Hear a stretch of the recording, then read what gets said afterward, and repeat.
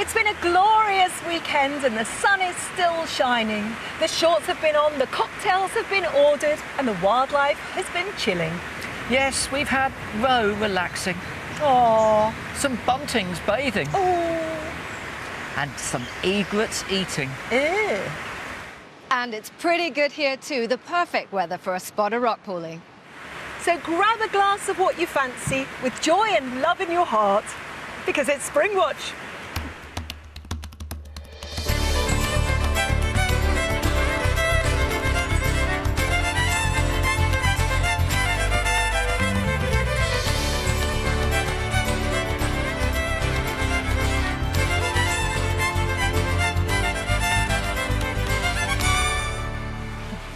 Hello and welcome to Springwatch 2018, coming to you live from the National Trust Sherborne Park Estate here in the heart of Gloucestershire. It's our third week here, bringing you the very best of British wildlife, and I think that we're not going to fail in that endeavour for this last week. We've got some cracking stuff coming up, haven't we? It's going to be a busy show today, Chris. It's very, very busy. We've got a bounty of fabulous wildlife and we've got a gaggle of marvellous presenters. The lovely Lucy Cook is still with us. Lucy, what are you up to? Yes, I'm on the lookout for a rather elusive mammal. I've not seen anything yet, but I'm feeling lucky. Now, I'm not the only guest presenter on Springwatch this week. We're also being joined by the biologist, Patrick Ie. Thanks, Lucy. And today I'm going to be showing all of you at home how to turn these everyday objects into a high-tech piece of kit. Everyday objects into a high-tech piece of kit. It's like Blue Peter from the 1960s. Only we've swapped those toilet roll tubes and sticky back plastic to make something really good for the naturalist at home, so make sure you catch that later. If you were watching last week, we know that we had a number of problems with some of our nests. It was those tremendous thunderstorms over the previous weekend, and one nest that got absolutely drenched, and we really felt that the young were going to perish, was our goldcrest. But they made it through the week. What happened going into the past weekend? Well, they didn't get there actually. It was on Friday morning that these in and outers finally decided to stay out. They'd been coming and going from the nest, all 8 of them. But then on Friday morning in the early hours, they started to finally leave completely and not come back. And you can see them hopping around there. They're not terribly brilliant flyers, but then they are in this quite dense spruce. And this does give us an opportunity to finally get a view of the nest there. You can see it's got a very deep cup to accommodate all of those young birds. They keep coming. It's like a magician's hat, this. Every time you think the last one's left, another one pops out.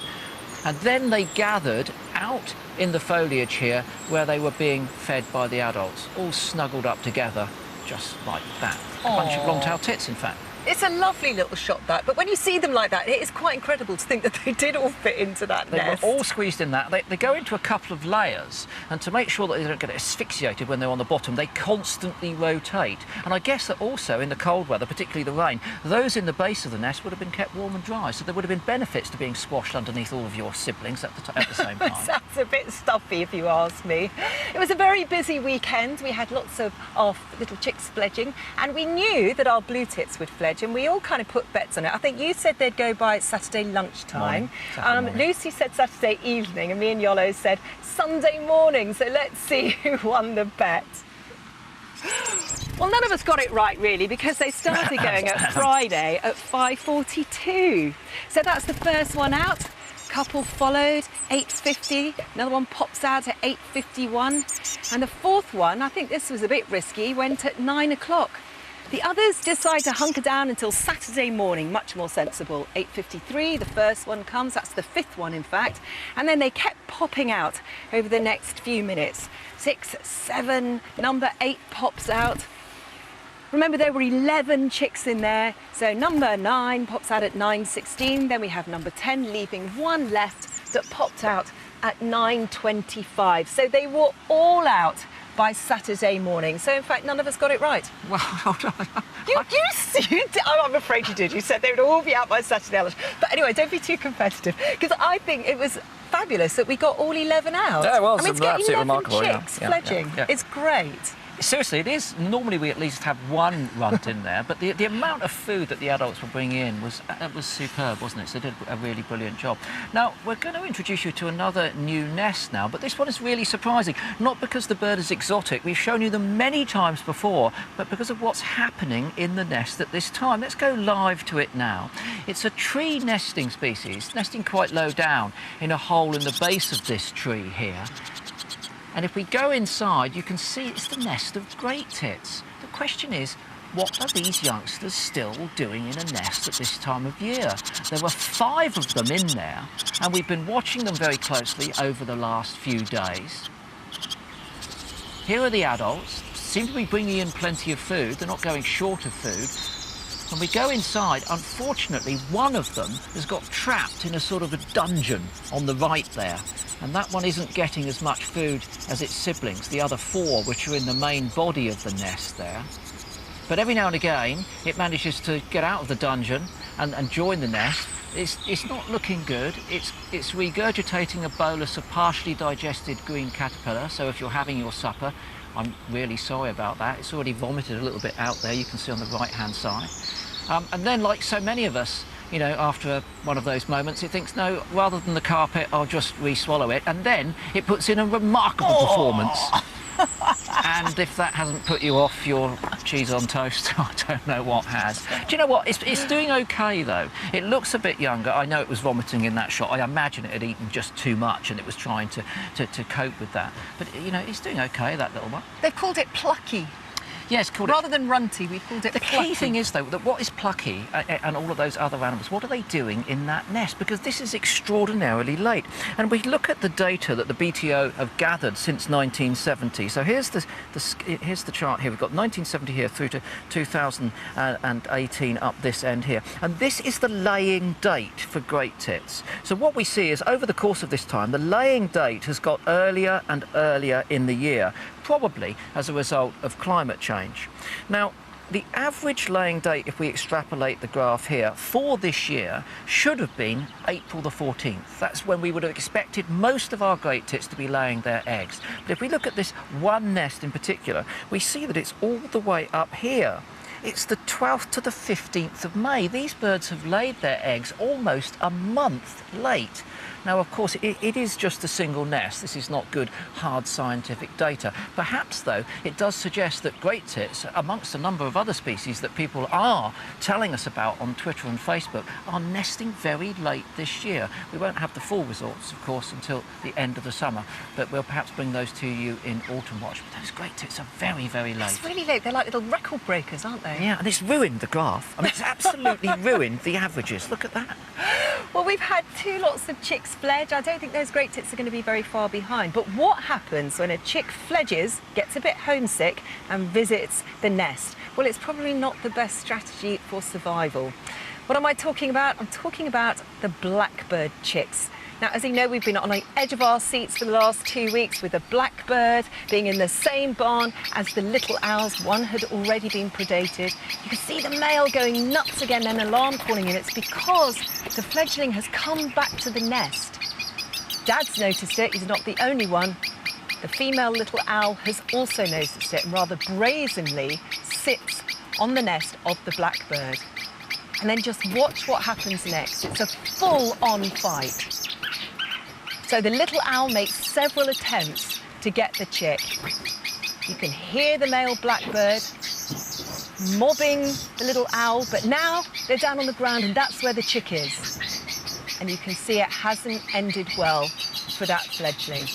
So clearly, coming back to the nest was a very, very bad move. So unlucky for the blackbirds, lucky for the little owls. Little owls are still doing well, 3 of them in the nest, which is good to see. And when you think about it, 50-50 for the blackbirds at the moment. That's not bad, given the size of those chicks. Hopefully the other 2 will survive. I doubt they're going to come back and nest in the barn again. That would be let's hope they don't, because that would erroneous, be... You've got to learn by your mistakes, haven't you? And they would have learned those. We like a quiz here. We like a little quiz. So how about this one? It's an identification quiz. We want you to identify this animal. Now, it's a larvae which attached itself to the lens on our trout camera. So it's beneath the surface of the water. You can see the trout in the background there swimming around.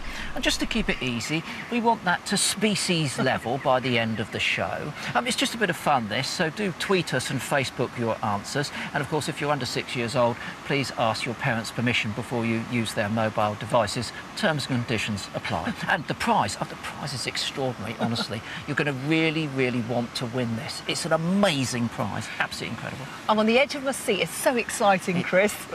Now, where's Gillian this week? Well, she hasn't been sluggish this weekend. She's travelled from Yorkshire, she's bypassed Sherborne, she's gone down to Cornwall, and she's on the coast just near Padstow. And actually, Cornwall is her home patch. Lovely place to live with some beautiful beaches. But for some of our wildlife, the beach can be a challenging place to survive. Yes, I'm here in Cornwall. I'm on Tryannon Bay, near Padstow, like you say. This area is like well known as a holiday spot, but I'm surrounded here by these rock pools, and believe it or not, these rock pools with the creatures that live here are one of the toughest places to live in Britain. And here is why. It's because the tide is king here. It sets the routines, the rhythms of the day. As the water recedes, it leaves countless marine creatures in extreme conditions, from underwater conditions to scorching on a day like today and dry conditions on the rocks. Now, joining me today is Matt Slater from the Cornwall Wildlife Trust. He is, I would say, a professional rock pooler. Matt, you were rock pooling ever since you were a kid. This is your home territory, isn't it? And I'm a professional rock pooler now. It's a lovely job.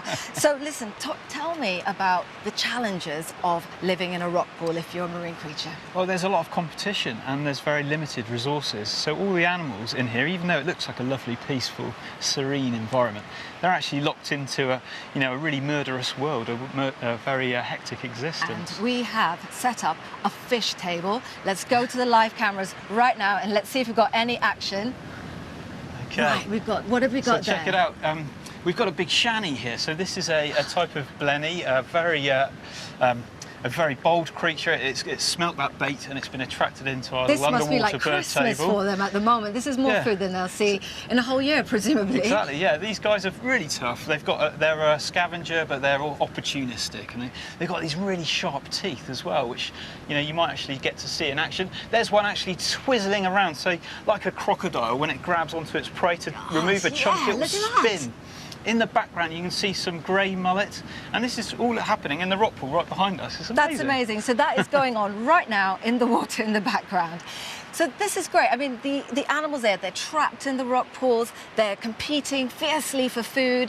But what about the animals that get left high and dry? Let's take a look over here. Now, we've got to go a bit carefully because the tide has only just gone out. So it's all a bit slippery. But these ones right here, this is a good example. Now, most of you will recognize what these are. These are limpets. Now, you'd come across them like this, and they look like they don't do very much.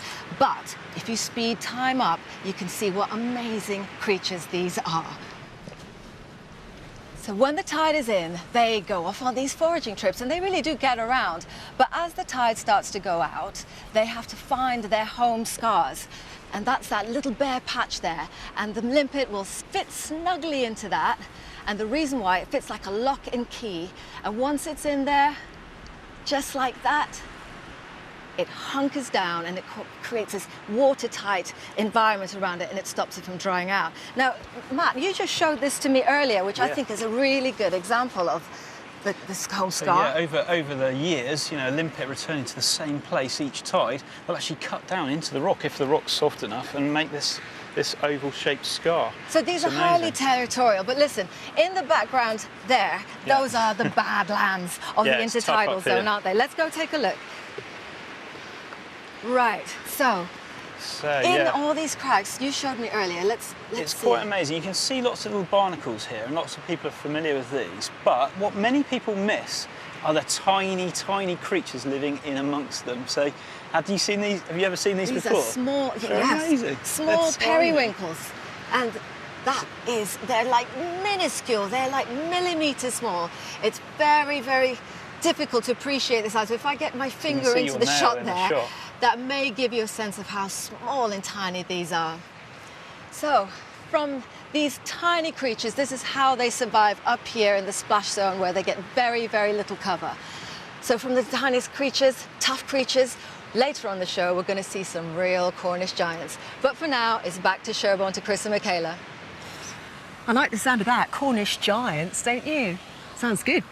Anyway, last week we introduced you to a nest over in Wales. So it's become one of my favourite nests. It's an absolutely fabulous nest, and it's long-eared owls. This is what's been happening over the weekend with them. There are 3 chicks, 15 days old, 17 and 19. You can see the different sizes. Already they're starting to wing flap. But listen to the noise. Now that's not a squeaky gate. That's actually the noise they make, which is called the squeaky gate noise. They're calling the parents in, they're begging for food, and the mum flies in. She's bought a bird for them. Very difficult to tell what that is, but it could be a meadow pipit or maybe a skylark. So that's the noise of the chicks, and it often alerts you to where there is a nest. We've seen this so many times, haven't we, Chris? One of them trying to gobble down the prey in one. But look at this, look at the female. It's a different sound, and she's displaying. And she's displaying to the male that comes in. And the male comes in with a vole. But they're fabulous noises, aren't they? I mean, that squeaky gate needs a bit of oiling, doesn't it? I had them round my way. I had them round my way, squeaking away like that. I climbed up the trees and WD-40 sorted the whole lot out. Did you? Sprayed it all? Yeah, sorted that problem out. Long-eared owls are very difficult to get to know. They're a pretty strictly nocturnal species. There aren't that many of them in the UK, and they tend to move around a lot. So this is a fabulous opportunity, not only to see them at the nest, but also to observe them when they're out hunting. And we've been using our thermal camera to do this. They're leaving the woodland and flying out over some adjacent moorland. Now typically they feed on small mammals, but they will take small birds as well, and we've seen them bringing them back to the nest. We don't know whether this is the male or the female, probably the male. He's spending more time hunting at the moment. What about that though? What a fantastic view that is. Ear tufts, face. They quarter backwards and forwards across the moor, bit like a barn owl, listening for their food in the vegetation below. And then look at this, clearly hears something, plunges down, and a moment later flies up, and it's got a vole in its mouth which it transfers to its talons so it can be more easily transported back to the woodland, and it returns there. That probably is the male coming into the female, and on this occasion, if you look carefully at its talons, you can see that it looks as if it's carrying a small bird. And then lastly, if the regurgitating great tit didn't do it for you, this one will. Here's a fabulous thermal image of a long-eared owl regurgitating a pellet in 2 pieces. I wish we'd got that pellet. We could have seen exactly what they were eating. Interesting thing is, they're taking small birds, but since they're nocturnal feeders, they're actually catching them at night. And I wonder whether it's plucking them out of the grass when they're roosting there. I have to say that they're a little bit misnamed, aren't they? Because let's have a look at those adults and what we're calling those long ears. But they're not ears at all. They're just tufty feathers. The ears are much lower down and they're not visible. But look at the little chicks behind you. You can already see those little long tufty bits growing. And it's thought that it's used for communication because when they're alarmed, they sort of go very erect, those ears, and they flatten when they're calm. Or it could be to break up their surroundings. So if you see them, particularly at night in a tree there, those sort of tufty ears break up all the twigs. But do you know the other theory? What are you doing? I haven't finished yet. The other theory is that maybe they're mimicking mammals with those ears. So if they have a mammal predator come at them, they can look like a mammal going back, which isn't... I'm not sure about that. I'm not really sure about that, Tash. They might not just be one reason. I mean, they're quite clearly using them for displaying to one another, perhaps aggressive displays between different males and females. And then the camouflage thing certainly ties in from that image. It may not just be one thing, it may be a composite of things. But as I mentioned, long-eared owls are quite difficult to get to know, and I'm sure that some of you have been sat around at the dining table with your children, and they've asked you some very difficult questions about long-eared owls. So here's everything you've always wanted to know about long-eared owls but were too afraid to ask. So look, if your children say to you, what about the long-eared owl's flight? You can say, well, without the course, it's slow and wavering. What about the juvenile call? Well, we know the juvenile call is the squeaky gate. Don't be embarrassed to tell your children about the squeaky gate call. There's nothing wrong with the squeaky gate call. And what about the stance and stature of the long-eared owl? Well, it's fluffed out when it's at ease, and it's long and slender when it's alarmed. That's just perfectly normal. Please don't be embarrassed telling your children about the long-eared owl. 3,400 pairs in the UK, contrast to about 50,000 pairs of tawny owl, so nowhere near as numerous, and its winter distribution is far more widespread as we get plenty of visitors from overseas. Perfectly reasonable stuff. Just tell the kids the truth. It's the best thing to do. Tell them the facts of owls. And Mr. Packham will be setting an exam, and you better get all of those things right. You look a bit like Freddie Mercury. It's just you need to push it on again. Oh dear. Anyway, It's a kind of magic. From owls to otters. And Lucy went to the Cambridgeshire Fens to meet a conservationist who's not only giving his local otters a helping hand, he's also helping to give them a home.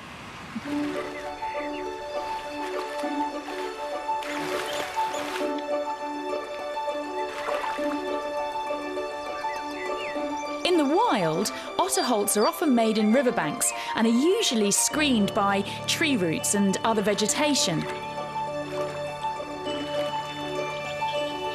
But in the Cambridgeshire Fens, the lack of these natural resources has meant otter numbers have been slower to recover here than in other areas of the UK.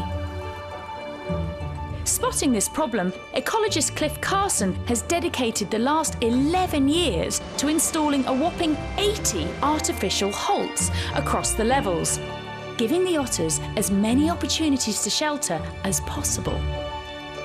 And it's thanks to this successful project that I'm here today, adding a bit of my muscle to help Cliff install number 81.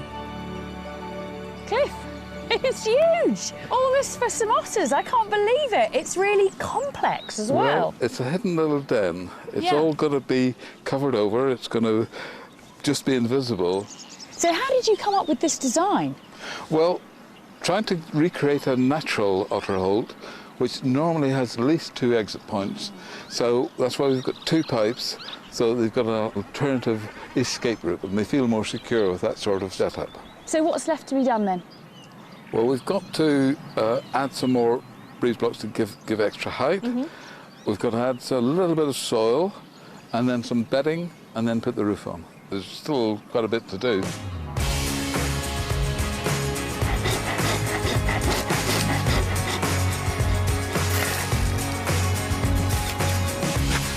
I want otters to come in here and feel so snug and cosy and lovely. Exactly. I don't want them to be complaining about the lumps. Exactly that, yeah. Wow. And Cliff, tell me, why did you choose this spot here? What makes this the perfect place for an otter holt? It's very good strategically because there's a meeting of 4 different waterways. So the otters have lots of different directions to go to hunt at night. So it's one of the best locations that I've put a holt in. Perfect. Excellent. So where does the doorbell go? So if this is number 81, how many more are you planning on doing? Well, this was probably my last one. No. Yes, I retire in a couple of months, so it's just about completes the network of holts along the 120 miles of the Middle Levels waterways.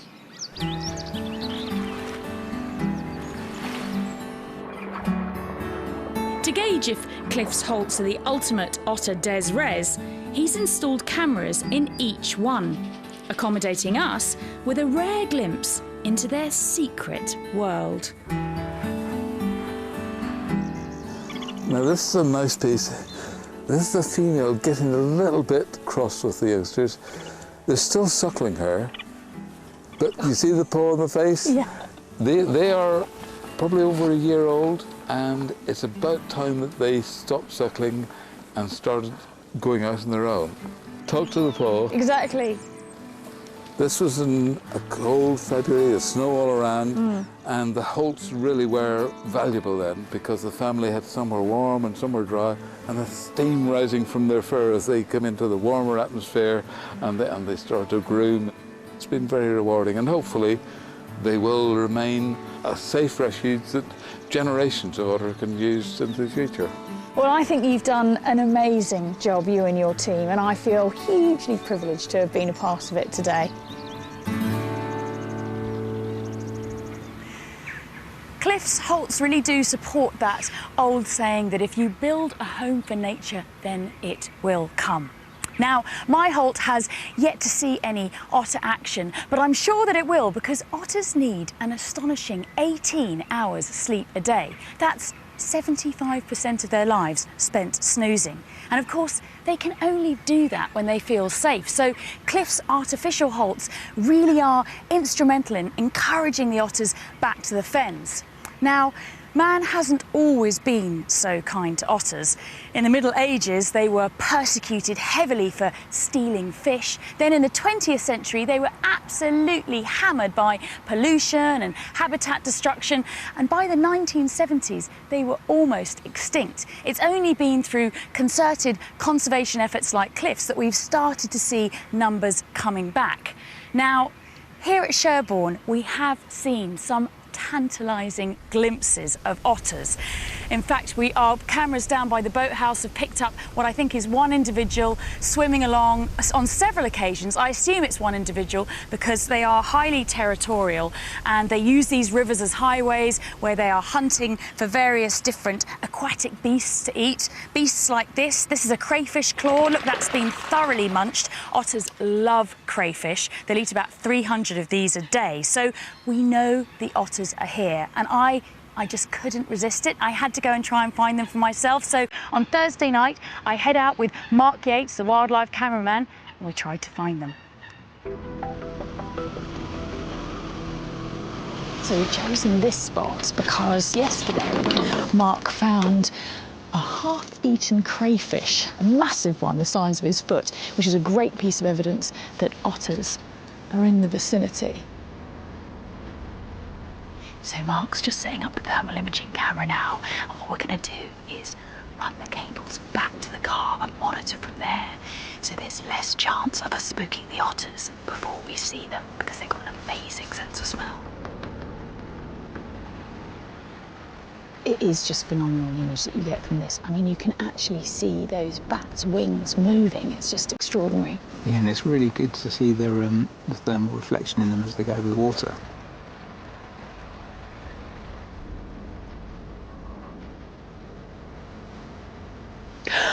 No way. That's an otter. I cannot believe it. That is, isn't it? Yes, definitely an otter. Oh my word. That's amazing. The bat's going right over the top of it. Oh, you went for the bat! I didn't see that before. Well, you notice as well that obviously the fur is so well insulating. It's only its face that's showing up hot. The rest of it's quite dark. How fantastic. Well, it makes me wonder how many otters that we've got here. I mean, either we are extraordinarily lucky or there's a really healthy population. That is absolutely brilliant. Well, I genuinely did not think that was going to happen. I thought it was just going to be another one of those stakeouts where you sit out all night and you don't see the animal. But we saw the otter, which is just fantastic. I couldn't be happier. Well, 1,000 years of persecution really has taught otters to avoid humans, so it was absolutely thrilling to see them in the flesh, and I was amazed by that behaviour. Was that otter chasing that bat? Well, let's take a closer look at it now. I think what happens, it sort of senses the bat, doesn't it? It comes out of the water, it looks like it's chewing something, so I think it's feeding off invertebrates, and then I think it senses that bat and nothing more. But Chris and Michaela, I think we've got to agree that it is utterly brilliant to see the otters here at Sherborne. Utterly brilliant. But was Lucy lucky to see it, or have they really bounced back? I mean, it's the sort of thing that you otter know the answer to. Oh, don't leave me off. Goodness sakes. So rude. She was very fortunate. There's only about 10,300 otters in the country. I think that's probably a single individual that's going back down this watercourse here. But yeah, to get a view of it like that, it's absolutely amazing. A lot of our wildlife has been out this weekend because, as I said, it has been really hot. Let's take a look at some of it. Look at this gorgeous sight that our cameramen caught. This is a roe deer with a very, very young fawn. That's just out, don't you reckon, Chris? It's absolutely tiny. But what does our wildlife do when it gets hot and it wants to cool off? Well, it finds a puddle, sort of thing we avoid unless we've got wellies on, but the sort of thing that's crucial for some of our wildlife. That wagtail's thinking about it, but the corn bunting and the yellow wagtail are thoroughly enjoying a bit of a bath there. And of course they do that for feather maintenance. Often you see it in your garden, in your pond maybe, thoroughly enjoying cooling off. What is this peacock butterfly doing? Well, it's doing something called mud puddling. And it's believed to be for the sodium, and it's now thought that sodium may increase their reproductive success. I've got to say, I think I might do that when I see a puddle next. So long as it doesn't increase your reproductive success, that'll be fine. A bit old for that, I think, aren't I? Well, that's what the wildlife has been doing. What have our camera teams been doing? Well, they've been very busy too, because they've been finding new nests for us. And here's one of them now, and it is the reed bunting. That's where the nest is. It's in the field there. That's us live.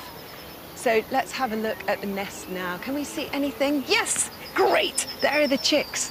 There are 4 chicks in there. They're about 6 to 7 days old. That nest is looking a little bit worse for wear, isn't it? I think when they build them in the grass and the vegetation then grows at different rates, and it tends to sort of tip it on its edge sometimes.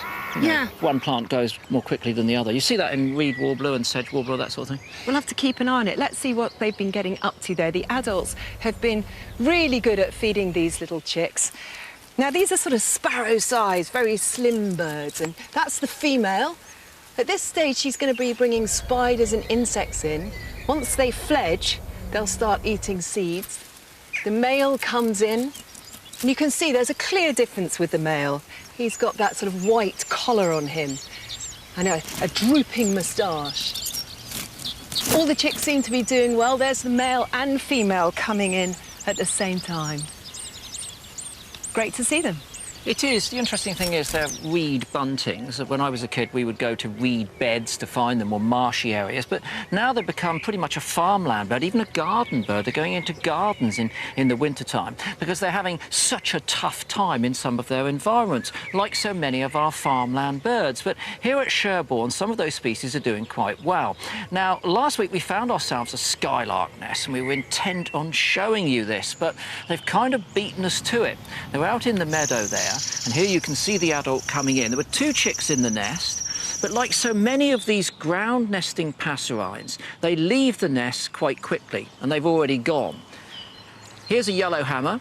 A single female was feeding at this nest. We'd already seen one yellowhammer's nest during the previous week, which had been predated by a weasel. We found another nest, and I'm pleased to say that those 2 youngsters have fledged. I say fledged, they've left the nest. They're safely hidden out in the grass there. Now, yellowhammers nationally have declined by 56% since 1970. So why are they doing so well here at Sherborne?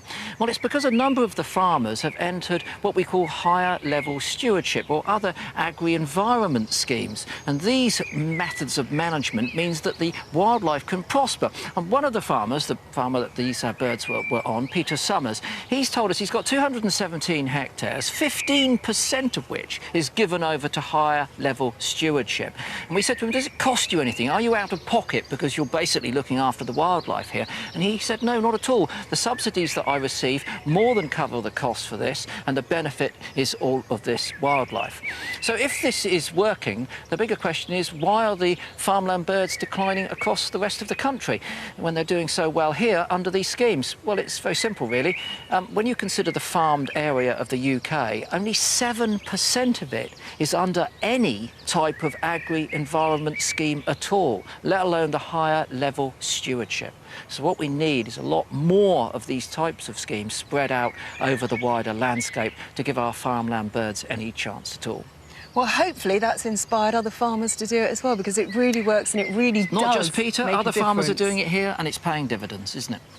As we know, our farmland birds have declined dramatically, but with any species, it's really important to know their current population status. But sometimes getting data can be time-consuming and expensive. But as Chris discovered, there could be a cheaper alternative way. The UK is a nation of obsessive amateur bird lovers. But how much do we really know about what our birds are getting up to? Are they faithful to our garden? Or are they playing fast and loose with the neighbours? Tracking individual birds to find out is difficult and costly, but a team at Goldsmiths, University of London, are developing a new way to democratise this science.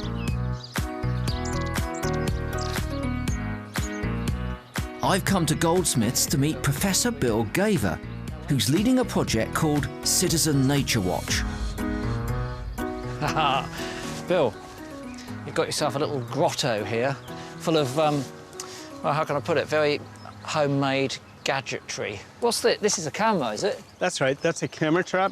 It's meant to look homemade because we want people making them at home. Right. So it's all off-the-shelf parts. It's really cheap. It costs about £25 to make this. £25? That's right. Fully working camera trap for £25. I love the recycling element to it. Yeah, And this is something straight out of the kitchen. That's just a food storage container. Works really well. It's super easy to It's manage. dead cheap. You're recycling. I love all that. I could put that together myself in my office. Yeah. But does it work, Bill? Oh, yeah. The proof of the pudding is in the pixels here. I mean, in this case, it's a squirrel. I like it because it's a really good sort of That is actually... close-up, candid shot. Well, I've got to say, that is actually pretty good. OK, I'm impressed by the camera, but what I've really come to see is this. Yeah, this is the bird feeder, but it's a special kind of bird feeder with an RFID reader connected to it. RFID reader. Yeah, so RFID is a radio frequency identification. So you attach a ring to the bird with an RFID chip in it, and if you have a reader, you can track the bird when it's come into contact with that reader. So this is a high-tech scientific device that you can make at home. And when working alongside RFID tags fitted to birds, it can record the unique ID of each animal and transmit this data via Wi-Fi to a central server. So once fitted with a tag by a licensed ringer, a bird doesn't have to be recaptured to individually identify it. It's done automatically every time it visits a feeder.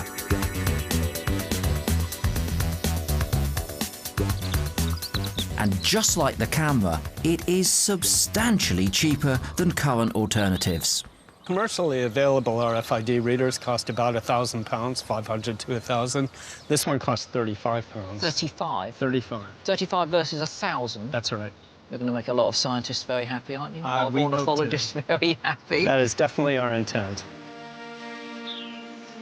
These RFID readers, or feeders, are currently only prototypes, but the team has been given a license to tag robins to prove that they work. And their first tagged bird, nicknamed Apollo, has already been doing the rounds. They've landed on pretty much all the feeders in this location, and the feeders have successfully picked up the tags. OK. This is Goldsmiths campus. So we can see it's landed on that feeder, and if I click on, for instance, this tag, it's had a couple of sightings on that feeder. That's enough to show that the system works. It's working. It's fantastic, to be quite honest with you. I'm just looking at this now and I'm imagining a quiet, part of suburbia, an inner city, estate where everyone has got one of these in their garden. Yeah. And they could literally be sat in their kitchen watching a bird moving around the neighbourhood. You could have the tags sort of traveling from feeder to feeder. For £35 investment, plus the Right. price of some seed. Yep, that's right. It's fantastic, Bill. Bill Gaver and his Citizen Nature Watch team are some really, really smart cookies. I know it's a cheesy cliche, but these people really do think outside the box, and the little box that they've made works. When we were watching there, that robin hadn't clocked up too many ticks at the feeders, but look now, 58 on this feeder here, 10 on this one and 1 here. OK, it's not great scientific data at the moment. They've just got the one robin marked on the campus. But imagine if they'd marked a number of birds, and there were feeders all over the Goldsmith campus here. Imagine how quickly we'd learn about these things, and how cheaply as well, and that's the key. And the fact that we can all be involved with this, not just with the feeder, but also with the cameras, is brilliant, isn't it, Patrick? Yeah, it's great stuff, Chris. And there's one thing that I love more than watching wildlife and getting close animal encounters, and that's tinkering around with gadgets and gizmos. And actually, after watching your film, it got me thinking, inspired to get all of you at home to build your very own camera camera traps. Now, I know what you're thinking. You're probably thinking, Patrick, it's going to cost us a couple of £100 to pick one of these up off the shelf. But I can assure you, Chris, that for £25 sterling, our Springwatchers could be collecting their very own archive of wonderful, magical wildlife. It's really easy to put together. Well, if you can do it and I can do it, then that's very certain that everyone else can do that. Have you got one of your little cameras? I do, if you'd be ever so obliging to be my handy assistant for the day. OK. OK, cool. Right. Try. OK, so this is one that we mocked up earlier. Now, let's start on the outside. It's a very simple Tupperware box on the outside. It's got a hole there, as you can see, and we've repurposed the top of a plastic bottle just to add a bit of waterproofing to prevent any raindrops landing on the lens. Now, if we open that up, Chris, the cool, fun stuff is in here. OK. Look at that. Now, I don't want anyone to get worried. It does look technical, but essentially that is a laptop miniaturised to the size of your hand. And this is the camera, I take it? That's the camera right there. All we have to do is plug that in to the power pack. OK. Very simple. And I'll put the camera in there. Make sure it lines up with the hole, like that. OK. Wonderful. Perfect. And then just put the lid on all you there. need is a little bit of soldering, isn't it? A little bit of soldering. A little bit. 3 sets of soldering, and you've put that together for £25. £25. Thing is, proof of the pudding is in the pictures. Yes, it is. And? Yeah. I mean, I did go out. I put 1 in the studio and 2 a little bit further afield. Check this out. Now, I know it gets a little bit wild over in the Springwatch studio, but for my second camera, I want to find somewhere a little bit more natural. Now, when you're thinking of exactly where to put your camera traps, a really good spot is along a wildlife corridor, a bit like this. If you notice, the vegetation is trampled down, and that's because you've got loads of animals coming up and down. If I just take a quick look, this is great. I can see a couple of tracks. That's definitely from a deer, so I'm going to put this down, and hopefully we'll get ourselves a big mammal.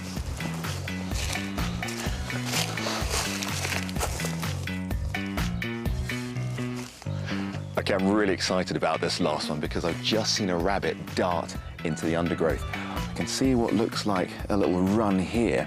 So I'm hoping that the rabbits are going to be coming back and forth into that beautiful meadow.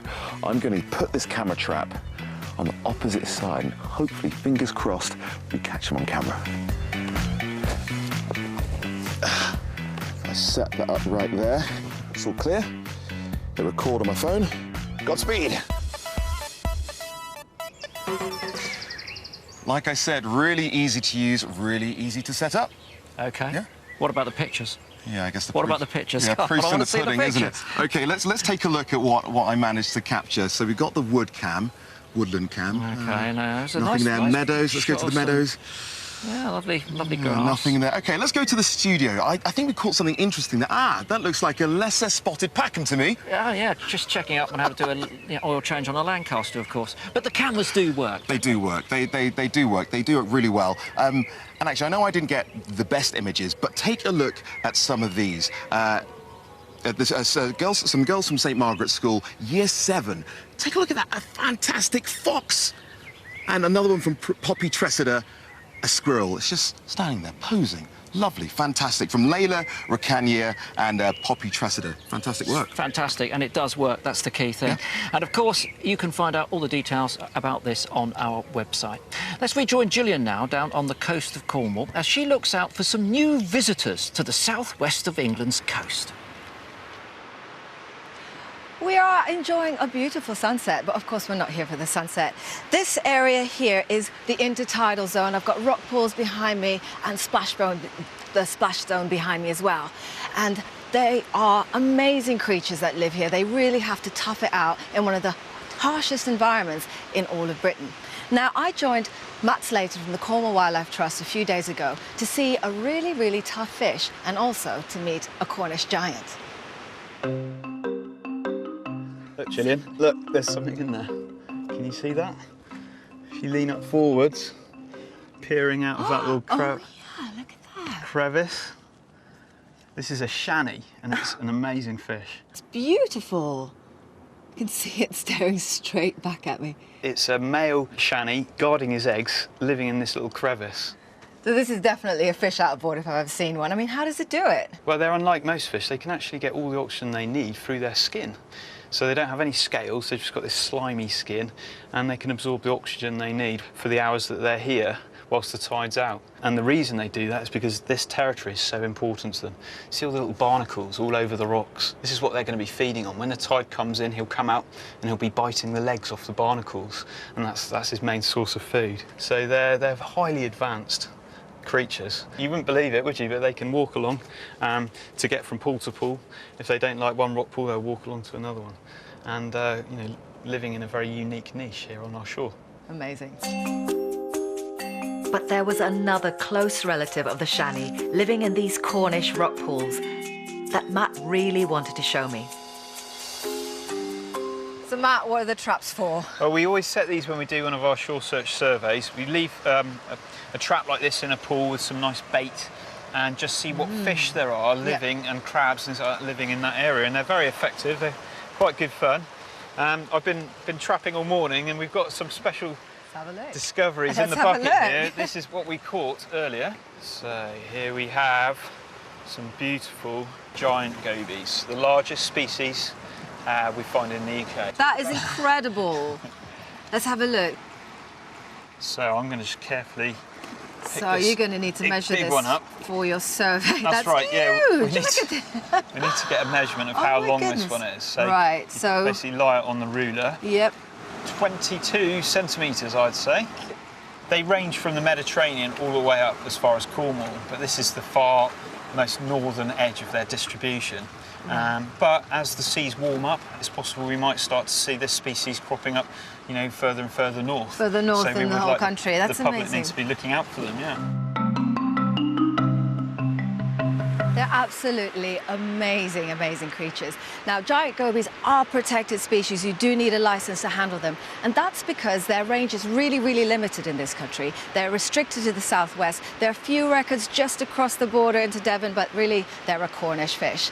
And one of the really interesting things that you heard Matt say earlier is that although they're restricted down here, they may be spreading north, and that's because our seas are warming. It's estimated in the next 100 years, temperatures will rise by as much as 4 degrees. Now, there's some really interesting new arrivals. The Cornish gobies are found here naturally, but there's some new arrivals to these shores because of these warming seas. Like this Montague blenny. Now, this is a southern specialist, but it is heading further north. This one here, this is St. Piran's crab. This was arrived 2 years ago, but again, it seems to be spreading north again. And then we've got the triggerfish. These showed up in the 80s. They're a subtropical species, but again, they seem to be making a northerly distribution. So there's amazing, amazing new arrivals. And this could easily be overlooked if it weren't for some dedicated scientists who've been tracking this data over decades. And they do that with your help. And I've got Matt here who's going to explain a bit more, tell us a bit more about how viewers can get involved to help track these changes on our shores. Yeah, so I'd recommend people contact their local wildlife trust. Here in Cornwall, we've got the Shore Search Project, which is brilliant fun, where we take people out on the shores to lovely locations like this. And we go rock pooling and we record all the species we find. It's great fun, but it's also really important for our conservation work.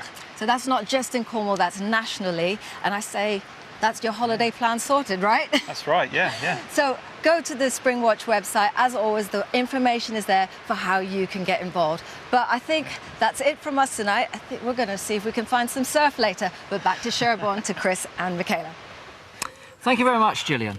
Now, I need you to stay with us for a moment here, because this is an interesting, fascinating concept that I want to run past you. Why do we typically conserve animals? Because they're rare or because they're in a rapid state of decline? But is this always the very best reason to choose a species to protect? Or might there be other reasons that we ought to explore? Well, researchers at Newcastle University and the Swedish University of Agricultural Sciences and the British Trust for Ornithology have got together to think about other reasons why we might look at protecting species, and they're not just about rarity. So they looked at farmland birds, and they looked at 38 different birds, and they valued them in the different categories. So we're going to start off with the value culturally, and they looked at 1 million different poems to see how many times the birds appeared in those poems. Now the results might surprise you. Here are the top 3. There's a crow. I don't know any poems about crows, do you? Ted Hughes, Crow Road, I suppose. Not familiar with that one myself. Wood pigeon. I mean, I can't imagine what rhymes with wood pigeon. Ode to a wood pigeon. You've completely made that up. And doves. I mean, I can imagine doves because it rhymes with love. So dove, love. There's probably plenty of poems. 12 Days of Christmas. That's a cultural. Well, thing. exactly. So I can see why doves are in there, but. Pigeon. I'd like to know a couple of poems about pigeons. OK, well, I'll You're get right, back to you. I'll get back to you on that one. But, OK, what about the more traditional species, those which are in critical decline? And again, amongst those farmland bird species, here are the 3 top candidates. Very obviously, turtle dove, 95% decline since the 1970s, and equally catastrophic declines in grey partridge and whin-chat too. So these are the birds that we'd be expecting to see in this group. And then they looked at weed seed consumption. So how many seeds of weeds birds eat, and obviously that helps the farms. This was the top 3. This probably doesn't really come as a surprise. And this is the winter population data: chaffinch, grey partridge and skylark. So here's a fantastic opportunity for a Venn diagram. I like a Venn diagram here. So if you have a look at this, here are the species in the pink circle here, for which we know there's a considerable population decline. So at the top here, we've got our whin-chats and our kestrels, curlews, starlings, etc. In the beige one here, we've got the weed eaters, the seed eaters, and then those which are included poetry in the green. Now, but look at the overlap, because the overlap's interesting. Grey partridge and greenfinch are both in significant decline, but they're also serious consumers of weed seeds, helpful on the farm. Turtle doves, in extraordinary decline in turtle doves, very sad indeed, but mentioned in poetry. And then the overlap between the others includes skylark, tree sparrow and house sparrow. Now, unfortunately, in this study, there's not the magic bird or magic birds in the centre which appeal to all 3 concerns. But I do think that when we're choosing species to highlight, if we go to the conservationists, they're all going to think, well, it's obviously those which are declining most rapidly. But what about the broader public? What about the people who are interested in poetry or art? What about the farmers? The species that we should concentrate on there may be different. And also, they may include birds which otherwise we wouldn't think about protecting. I mean, let's just face it. Who would have ever thought, you know, when I was a kid, 40 years ago, that the tree sparrow and the house sparrow would be here in need of conservation? We very much took them for granted, and that's proven erroneous. Do you know, it's a really interesting idea, but I think we should just value wildlife for wildlife's sake. I don't think we should put a value on it because of the benefit we get from it. That's just my opinion. Well, yes, of course, its ecological function is actually the most important thing, but it's how people perceive that. If they perceive it through poetry or an asset on their farmland, that's something that we conservationists could harness. So I think interesting concept, worthy of more research. We should look after all our wildlife, basically, shouldn't we? But clearly we put different values on different species. So I wonder what values we'd put on a bird that's a non-native species. It's bright green, it's quite noisy, but it's very charismatic. Some people love it, some people hate it. After this film, I hope we convert you all into lovers. The Isle of Thanet in Kent juts out into the northern reaches of the English Channel. It has a classic English seaside feel, complete with a healthy population of breeding gulls. But this little piece of England also has more exotic residents living amongst the rooftops. The ring-necked parakeet. A relatively common sight in London these days, this species has set up home here too, and a parakeet population of several thousand thrives in Thanet, and have done so for well over 30 years. They've become part of the local scenery, and even the local pub has parakeet punters. High under the eaves, a pair of parakeets have chewed a hole in the boards, allowing them to access the pub's roof space for their very own lock-in. Inside are 2 young chicks, about a week old.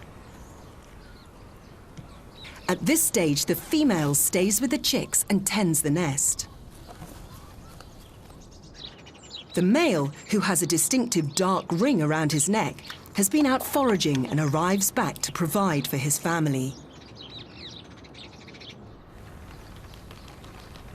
He passes his spoils to his mate. before heading off to search for more food. The female then feeds the chicks in turn, regurgitating a syrupy solution that's easy for them to digest. While these two seem to be doing well, it's clear that things haven't gone entirely to plan. An unhatched egg and a dead chick suggests times may have been tough. Or it may suggest that this pair is inexperienced. The female is still trying to incubate the final egg. And by not removing the dead body, she's inviting unwanted guests. A fly has entered the nest area, and the mother parakeet is not happy.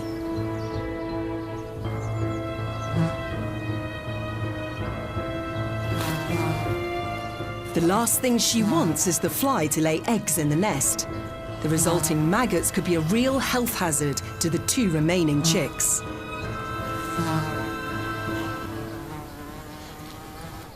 Eventually, she chases the intruder out, and order is restored. A week later, and the chick's distinctive green feathers are starting to come through. For the first time, Mum is happy to leave the nest for more than a few minutes. And waiting on the roof for his chance is the male. With things going well back at the pub, it's date night for the parents. A tall tree just around the corner is the preferred place for arboreal ardour.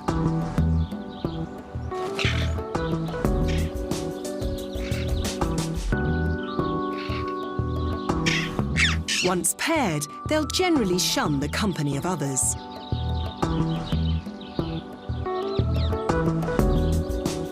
Date night over, it's back to the nest to look after the young.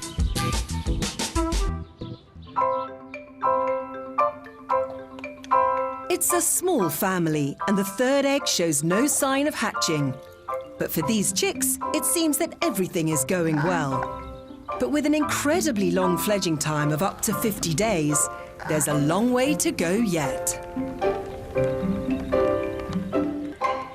There'll be more parakeets tomorrow. You've got to love them, though. Don't you two love them, parakeets? I'm on the fence. You're on the fence? Yeah. We're going to push you off then, Lucy. I like a parakeet. I mean, they look like dinosaurs when they're little chicks, don't they? I think they're gorgeous. I know, but do they belong here?